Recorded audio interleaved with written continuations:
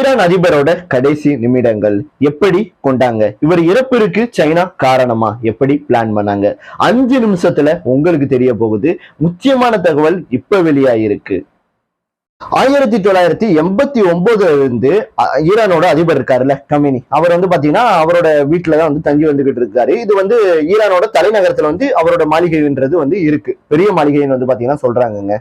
இந்த மாளிகையில அதாவது அவங்க இஸ்ரேல் என்ன சொல்றாங்கன்னா, அமெரிக்கானும் இஸ்ரேலும் எப்ப வேணா ஈரானை அடிப்பாங்க அப்படின்றது ஈரான் அதிபருக்கு தெரியுமா, முன்னாடியே தெரியுமா. அவங்களும் ஈரானுமே அலர்ட்டா தான் பாத்தீங்கன்னா இருந்திருக்காங்க. ஈரான் அதிபரும் பாத்தீங்கன்னா கொகைக்குள்ளதான் பதுங்கி இருந்திருக்காரு. இவங்க இந்த வாரோட முக்கிய நோக்கமே ஈரானோட அதிபரை தூக்குறது தான். இவரை கரெக்டான டயத்துல அட்டாக் பண்ணணும். அந்த சந்தர்ப்பத்துக்காண்டி ரொம்பவே நாங்க வெயிட் பண்ணிக்கிட்டே இருந்தோம் அப்படின்னு இஸ்ரேல் பாத்தீங்கன்னா சொல்றாங்க.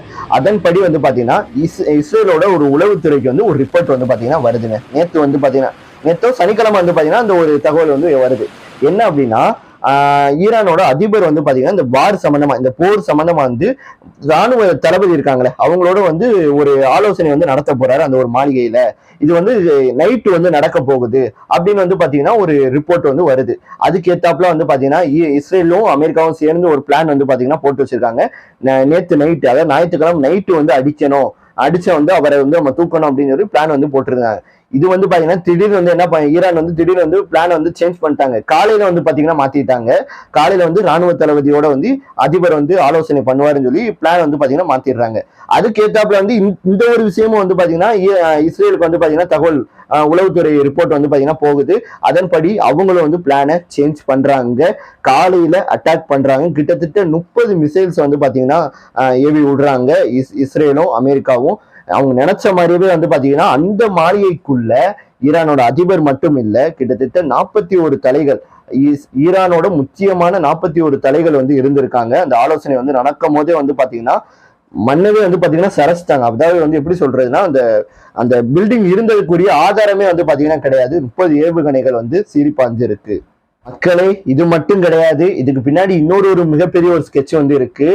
ஈரான் அதிபருக்கே தெரியாம இஸ்ரேலோட உளவுத்துறை இருக்காங்க பாத்தீங்களா, அவங்க மாடு வேஷத்துல கிட்டத்தட்ட 1 மாசம் இல்லைங்க, 2 மாசமா ஃபாலோ பண்ணிருக்காங்க ஈரான் அதிபரை. அவரோட எல்லா தகவலையும், அவர் எங்க போறாரு, எங்க வராரு, அவரோட இருக்கிற இடத்துல என்னென்ன பாதுகாப்பு அம்சங்கள்லாம் இருக்கு, அவரோட வீட்டுல என்னென்ன இன்ச் பை இன்ச்சா தகவல், அவர் வீட்டுல எந்தெந்த இடங்கள் இருக்கு, எங்க அடிக்கலாம், இப்படி பல தகவலை பாத்தீங்கன்னா கலெக்ட் பண்ணி இஸ்ரேலுக்கும் அமெரிக்காவுக்கும் பாத்தீங்கன்னா உளவுத்துறை ரிப்போர்ட் கொடுத்துக்கிட்டே இருந்திருக்காங்க. இதை வச்சுதான் பிளான் பண்ணி நேத்து ஞாயிற்றுக்கிழமை பாத்தீங்கன்னா அடிச்சு தூக்கியிருக்காங்க.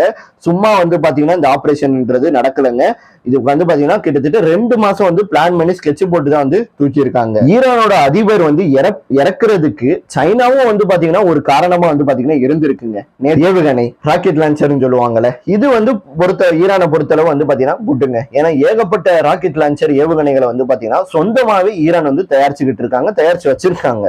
ஆனா இந்த வான்வெளி சாதனம்னு பாத்தீங்கன்னா சொல்லுவாங்கல்ல, வான்வெளி சாதனம் தொழில்நுட்பம், இது என்ன அப்படின்னா, இப்ப வானத்துல ஒரு இஸ்ரேல பாத்தீங்கன்னா ஒரு ராக்கெட்டையோ இல்ல ஒரு விமானத்தையோ பாத்தீங்கன்னா அனுப்பிச்சு விடுறாங்கன்னு வச்சுக்கோங்க ஈரானை தாக்குறதுக்கு. அதை இந்த வான்வெளி சாதனம் முன்கூட்டியே கண்டுபிடிச்சு வானத்திலே பாத்தீங்கன்னா டார்கெட் பண்ணி அழிச்சிரும், கீழே விழுக விடாம. இதுதான் இந்த வான்வெளி சாதனம். இது பாத்தீங்கன்னா ஈரான்கிட்ட சொந்தமா கிடையாது, வெளியில தான் வாங்கியிருக்காங்க. யார்கிட்ட வாங்கியிருக்காங்க? ரஷ்யாட்ட பாத்தீங்கன்னா வாங்கியிருக்காங்க. ரஷ்யாட்ட பாத்தீங்கன்னா என்ன வாங்கியிருக்காங்க அப்படின்னு கேட்டீங்கன்னா S-300 சொல்லிட்டு இந்த ஒரு மாடல் வகையான இந்த வான்வெளி சாதன தொழில்நுட்பத்தை பாத்தீங்கன்னா வாங்கி யூஸ் பண்ணிக்கிட்டு இருந்திருக்காங்க. ஆனா இதுவுமே பாத்தீங்கன்னா ஈரானை காலை வாரி விட்டுருச்சு. ஏன்னா ரஷ்யாவோட காலை வாரி விட்டுருச்சு அப்படின்னு கேட்டீங்கன்னா காலை வாரி விட்டுருச்சுங்க. இது நம்ம இந்தியாவோட பாத்தீங்கன்னா ரஷ்யாவோட S-400 மாடலை நம்ம யூஸ் பண்ணிக்கிட்டு இருக்கோம் வான்வெளி சாதனத்தை.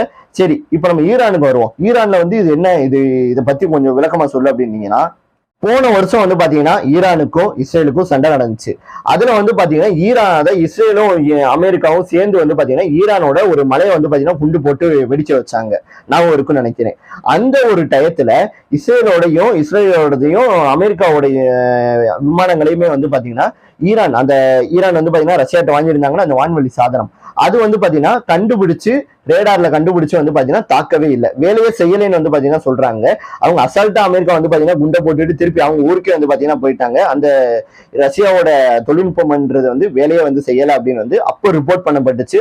சரி, ரஷ்யாவோடது சரியில்லை, நம்ம சைனாட்ட போய் ஆயுதங்கள் வாங்குவோம் அப்படின்னு சொல்லி சைனாட்ட போய் வந்து பாத்தீங்கன்னா ஈரான் வந்து ஆயுதங்கள் வந்து வாங்கியிருக்காங்க. எப்படின்னா பொருளாதார தடை மீறி வந்து பாத்தீங்கன்னா இந்த உலகத்திலே வந்து சைனா ஒரே ஒரு ஆள் தான் ஈரான்ட்ட வந்து பெட்ரோல் டீசல் எல்லாம் வந்து வாங்குறாங்க, கச்சா எண்ணெய் எல்லாம் வந்து வாங்குறாங்க. நீ எனக்கு வந்து காசா கொடுக்க வேணாம், எனக்கு வெப்பன்ஸ் கொடு, ஆயுதங்கள் கொடு அப்படின்னு சொல்லி ஈரான் வந்து பாத்தீங்கன்னா ஒப்பந்தம் வந்து பாத்தீங்கன்னா சைனாவோட வந்து பாத்தீங்கன்னா போட்டிருக்காங்க. அதற்கு வந்து சைனா வந்து என்ன கொடுத்திருக்காங்க அப்படின்னு கேட்டீங்கன்னா ஈரானுக்கு வான்வெளி அந்த சாதனம் தொழில்நுட்பம் தான் வந்து கொடுத்திருக்காங்க. அதாவது வந்து HQ-9 வந்து பாத்தீங்கன்னா சொல்லப்படுது. இது வந்து பாத்தீங்கன்னா நிறைய வந்து வாங்கி ஈரான் வந்து சுத்தி வச்சிருக்காங்க, ஈரானை சுத்தி. ஆனா வந்து நேத்து வந்து பாத்தீங்கன்னா இஸ்ரேலோடதையும் அமெரிக்காவோட ஏவுகணையும் வந்து பாத்தீங்கன்னா இது முன்கூட்டியே கண்டறிஞ்சு தாக்கலைங்க. இதனாலதான் வந்து பாத்தீங்கன்னா ஈரானோட அதிபரே வந்து பாத்தீங்கன்னா இறந்திருக்காரு. சைனா மேல வச்ச நம்பிக்கையாலதான் வந்து பாத்தீங்கன்னா ஈரானோட அதிபரே வந்து பாத்தீங்கன்னா இறந்திருக்காரு அப்படின்னு வந்து சொல்றாங்க. இதுக்கு ஒரு 2 காரணம் வந்து சொல்றாங்க. ஒண்ணு, சைனாவோட அந்த மிஷின் வந்து ஒர்க் ஆகாம போயிருக்கலாம், கோளாறு ஆயிருக்கும் அப்படின்றாங்க. இன்னொன்னு வந்து என்ன சொல்றாங்கன்னா அமெரிக்காவோடதும் இஸ்ரேலோட அந்த அந்த ஏவுகணை இதுக்கெல்லாம் வந்து பாத்தீங்கன்னா ரேடார்ல சிக்காம ஒரு தொழில்நுட்பமா வந்து இருக்கலாம், இது வந்து பயங்கர ரொம்ப காஸ்ட்லியான ஒரு தொழில்நுட்பமா இருக்கலாம் அப்படின்னு வந்து பாத்தீங்கன்னா சொல்றாங்க. 260 கிலோமீட்டர்ல இருந்து வரக்கூடிய விமானத்தையோ இல்ல ஏவுகணையத்தையோ வந்து பாத்தீங்கன்னா இது ரேடார்ல வந்து கண்டுபிடிக்கும் அப்படின்னு வந்து சொல்றாங்க. கிட்டத்தட்ட வந்து 50 கிலோமீட்டர் உயரம் வரைக்கும் வந்து பாத்தீங்கன்னா வானத்திலே வச்சு அழிக்கக்கூடியதும் இது வந்து பாத்தீங்கன்னா சொல்றாங்க. ஒரே டயத்துல 8 டார்கெட்டை வந்து பாத்தீங்கன்னா அடிக்கும் அப்படின்றாங்க. 100 டார்கெட்டை வந்து ஒரே டயத்துல இதால கண்காணிக்க முடியும் அப்படின்னு வந்து சொல்றாங்க. இதுக்கு ஒரு மிகப்பெரிய ஒரு காரணத்தை நம்ம ஒரு ஸ்டோரியை சொல்லணும்னா பாகிஸ்தானை சொல்லலாம். பாகிஸ்தான் இந்த ஒரு மிஷினை நம்பி மண்ணை கவினதை பத்தி சொல்லலாம். உங்களுக்கு தெரியல, அதாவது இந்தியா வர்சஸ் பாகிஸ்தான் போர் நடந்துச்சுல கொஞ்ச நாளுக்கு முன்னாடி, ஆபரேஷன் சிந்து. அது மூலியமா வந்து நம்ம என்ன பண்ணோம், பாகிஸ்தானை வந்து பாத்தீங்கன்னா அடிச்சோம், பந்தாடணும். அதாவது பாகிஸ்தானோட அந்த பயங்கரவாதிகளோட முகாம்கள், அப்புறம் வந்து பாத்தீங்கன்னா பாகிஸ்தானோட ராணுவத்தோட இந்த முகாம்கள், இதெல்லாம் வந்து பாத்தீங்கன்னா நம்ம பயங்கரமா அடிச்சோம். ஆனா அவங்களால வந்து நம்மள டார்கெட் பண்ண முடியல. ஏன் அப்படின்னா அவங்க யூஸ் பண்ணது இதே வான்வெளி சாதனத்தை தான் வந்து யூஸ் பண்ணாங்க. அவங்களுக்கும் இந்த ஒரு வான்வெளி சாதனம்ன்றது ஒர்க்கே ஆகல. அதனாலதான் வந்து அவங்களால எதுவுமே வந்து பாத்தீங்கன்னா பண்ண முடியல. பாத்துக்கோங்க சைனாவோட நிலைமை வந்து எப்படி இருக்குன்றத பாத்துக்கோங்க. சைனாக்காரன் நான் தான் பெஸ்ட்னு சொல்றேன், ஆனா சைனாவோட வெப்பன் சிஸ்டம் எல்லாமே வந்து கோளாறா தான் வந்து இருக்கு.